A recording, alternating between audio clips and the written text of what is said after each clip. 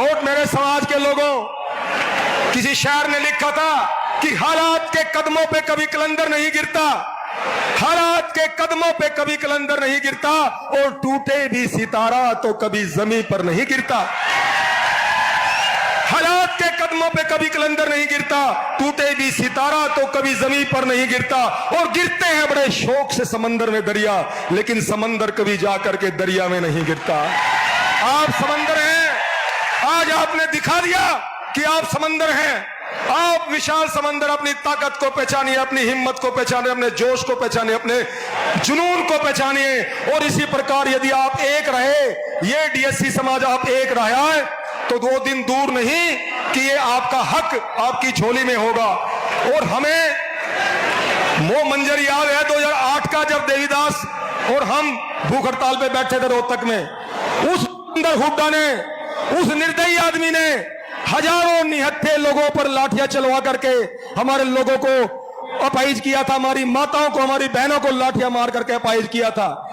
और उनके ही कुकर्मों से वो 10 साल सत्ता से बाहर रहे। और हमने भूपेंद्र हुड्डा को कहा था कि भूपेंद्र हुड्डा, आपने वो निर्दयी काम किया है, आपने वो घटिया और घिनौना काम किया कि हम तुम्हें श्राप देते हैं कि जन्म जन्म तक तू कोई मुख्यमंत्री नहीं बन पाएगा इस हरियाणा का।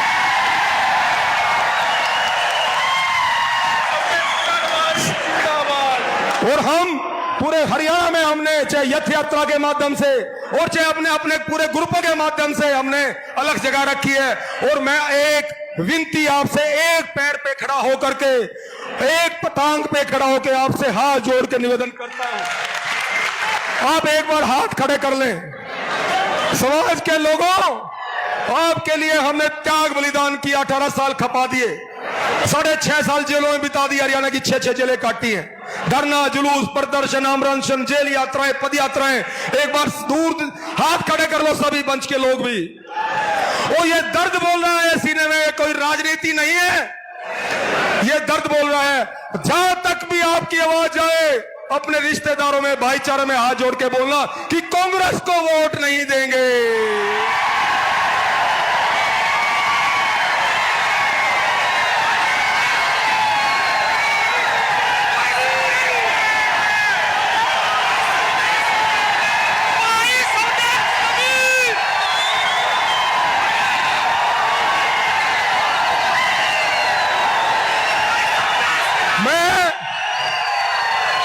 ये सीने का दर्द है समाज के लोगों।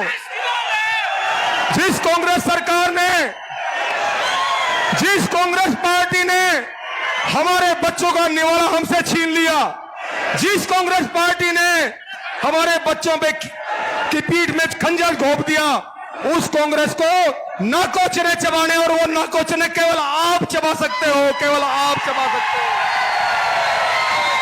और आज मैं सीआईडी के माध्यम से, ये सीआईडी के लोग खड़े, मेरे भाई पीछे पीछे भी खड़े, उनके माध्यम से आज मैं ये मंच से ऐलान करता हूं कि हम एक एक वोट, और सुन लो नायब सिंह सैनी, आपने वादा किया है समाज से, और मैं वैसे नहीं बोल रहा हूं, मैं इसलिए बोल रहा हूं, सुप्रीम कोर्ट का निर्णय आने से पहले ही भारतीय जनता पार्टी ने और मनोहर लाल खट्टर ने जींद की इसी ऐतिहासिक भूमि में संत कबीर जयंती पर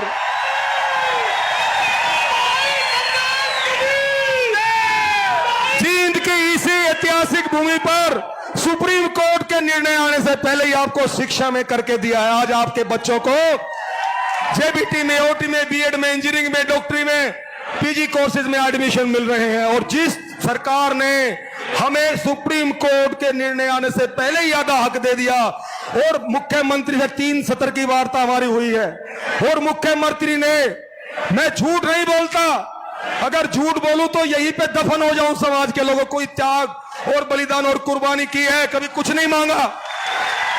मुख्यमंत्री ने रोहतक के अंदर 1 घंटा हमारी बात हुई नायब सिंह सैनी से, और मुख्यमंत्री ने एक टांग पे खड़ा होकर के कहा था, मुख्यमंत्री ने कहा था नायब सिंह सैनी ने हमारे सामने 100 लोगों के बीच में, कि आप स्वदेश जी कबीर साहब, मैं कबीर साहब की कसम खाए कहता हूं, सरकार बनते ही पहली कलम से आपका डीएससी बहाल करूंगा। मैं इसलिए आपसे हाथ उठा करके आपसे प्रण करवाया कि आप एक एक वोट अब की बार बीजेपी को देंगे।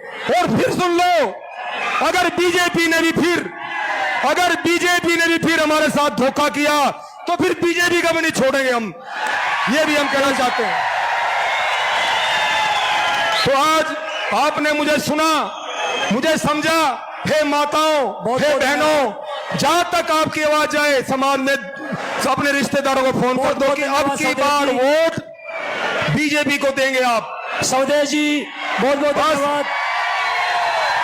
बस हे माताओं, किसी शायर ने लिखा था कि जन्नी जने तो भक्तजन, जन्नी जने तो भक्तजन, या दाता या सूर, या फिर जन्नी बाज रहे तू काहे गवाए नूर। हे समाज के लोगों, आपकी जय हो। और आज इतनी भारी संख्या में आज एकत्रित हुए हो, आपकी जय जयकार इतिहास में स्वर्णिम अक्षरों में लिखी जाएगी। इस प्रकार इकट्ठे रहना। और समाज का कोई भी नेता जब समाज को बुलाता है तो इसी प्रकार आपने इकट्ठे होकर के अपनी एकता का परिचय देना है।